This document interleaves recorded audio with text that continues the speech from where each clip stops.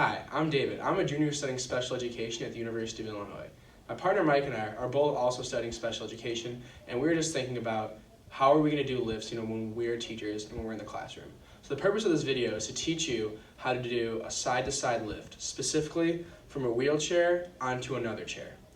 The reason that we're filming this is because as special ed teachers, or anyone who's going to work with someone who has a physical disability, you need to be very conscious about what you're doing and the effects it has on others. So, for example, on this lift, it can be a very, very invasive lift, and just when you're doing things in general. So you want to make sure the person that you're lifting both has partial participation, so they know what's going on, and that you're communicating with them the whole time, and that you're keeping them safe and yourself safe. So in a little bit, we're going to go through on how to properly lift so that they're safe and that you're safe, and you guys are both as comfortable as possible. But mainly, we really just want to focus on how important it is that the person knows what you are doing while you're doing it, and one that you're really checking with your physical therapist. As teachers, you'll have a physical therapist, so it's really important to check with them before and after. This is more of just a general video with some guidelines. We hope you enjoy. Hey, I'm Mike Rotter. I'm also partnering with David to do this video, and today we're going to be talking about the two-person side-to-side lift. So generally, you're not going to want to be lifting more than 1/3 of your body weight. So if the individual weighs more than 1/3 of your body weight, or if you simply don't feel comfortable lifting them alone, you should ask for a second person to help you, and you should not lift anybody that is too heavy for your comfort. So the two types of two-person lifts from a chair are the top-bottom lift and the side-to-side lift. Today we'll be talking about the side-to-side lift, but you should be familiar with both of these. Your physical therapist will be the one who will tell you which one is most appropriate for the situation, and you will also work with the individual to determine which one that you would want to do.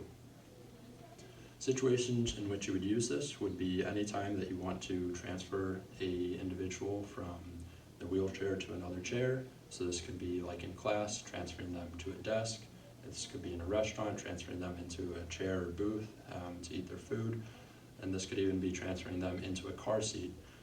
So as you can see, there's a lot of situations in which you would use this, and make sure you talk with your physical therapist on how you would use this lift in all these various different situations. And now we're going to go over just some general lifting guidelines. So one of the first things we're talking about is how you want to lift with your knees and your legs and not your back. So for example, we have this binder over here. If I was to be lifting someone out of this chair, and I'd be lifting with my back, look like this, right? My knees aren't bent, I'm hunched over, and if you were to take a binder and put it straight up, you would see it wouldn't really fall on my back at all. Just be sticking straight up. You can use this with a ruler or whatever you'd like. Now if you're lifting with your knees and your legs, right, you're not leaning over, your back isn't hunched, so that way you can't pull something in your back. If you were to put the binder, you'd see it's flat on my back. That won't be as applicable to us because we're going to be doing a side-to-side lift, but that's still something you want to make sure that you're bending your knees with and not only doing your back. Something just to keep in mind overall for general lifting guidelines. When you're lifting them, you want to make sure that you're keeping them close to your body. You also want to make sure that you're checking for readiness with them. So you'll see in our lifting video when we do demonstration, hopefully you'll be able to hear it. It'll be a little bit softer because we'll be talking to the person that we're lifting, or in our case, our backpack, basically just saying things that, like making sure that they're ready, counting down, and I know Mike's going to talk about partial participation in a little bit. But yeah, just general guidelines, make sure you're lifting with your knees, not your back. Make sure to keep them close to your body, and then you're communicating with them and you're checking for readiness. Hey, so as David said, we're going to be talking about partial participation, which is very important when you're doing the lift. Partial participation means that the individual is participating as much as they can. This is important because this is their body, and it's a very invasive thing. You're touching them in very personal places, and you want to make sure that they feel like they have some control over what's going on, because everybody likes to have control over their body and what's happening to them.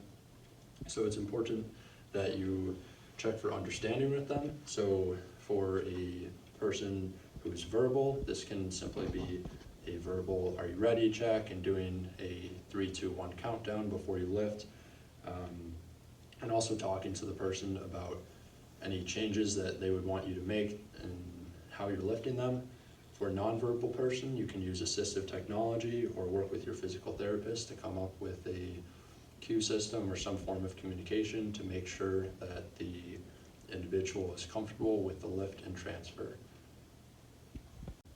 So now we're going to talk about what you shouldn't do when you're lifting someone.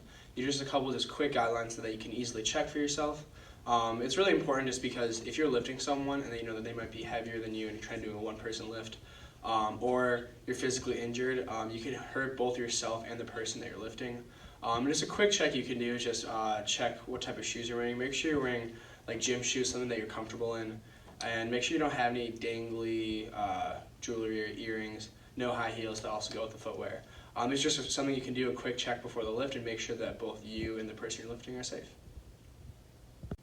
So now we're going to give you an example of the two-man lift. I'll be giving an example from my side, obviously the two-man side-to-side lift. So first thing you want to do is you want to put the brakes on. So I'll only be demonstrating my side of the chair, and Mike will demonstrate on the other one right after this. So first you want to put the brakes on, then you're going to want to go and you're going to want to remove the legs of the wheelchair. So you just pick up the person's leg, make sure that you're communicating with them the whole time, that they know what's happening. So move it off to the side, make sure that their legs are up, and then back down. Next, you're going to unfasten all of their straps. You want to make sure that you do the lap belt last. For this case, is the only one we have. Make sure that you're talking to the person that you're lifting. So like we're taking the lap belt off. 3, 2, 1.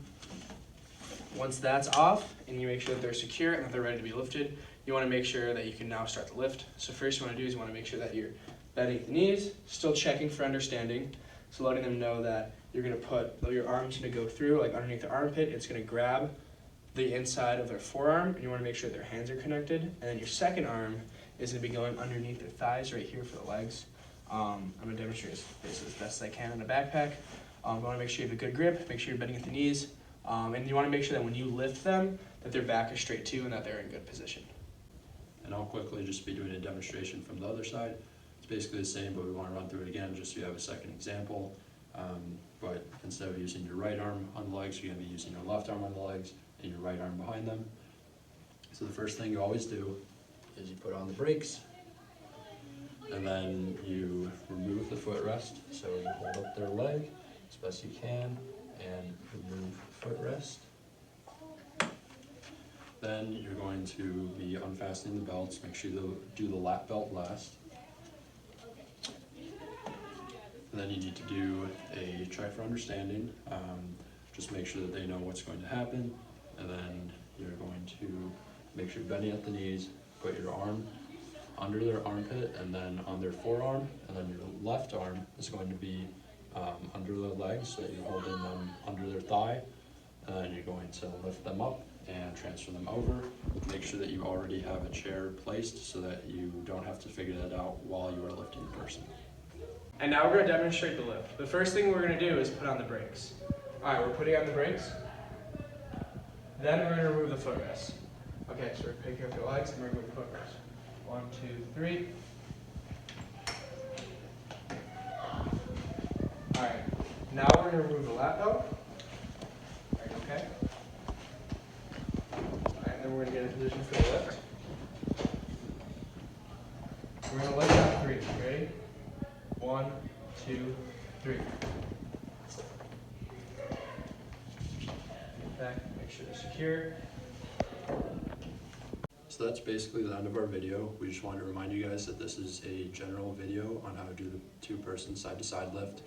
So there might need to be adjustments for each individual, and you should consult your physical therapist to see what procedure or what adjustments she wants to make. But we hope that you're now familiar with the procedure, so this is not entirely new to you if you have a student with a disability who requires this lift.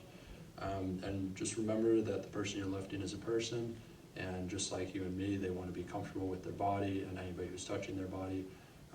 So make sure that you're being conscientious of that when you're doing your lifts. Thank you.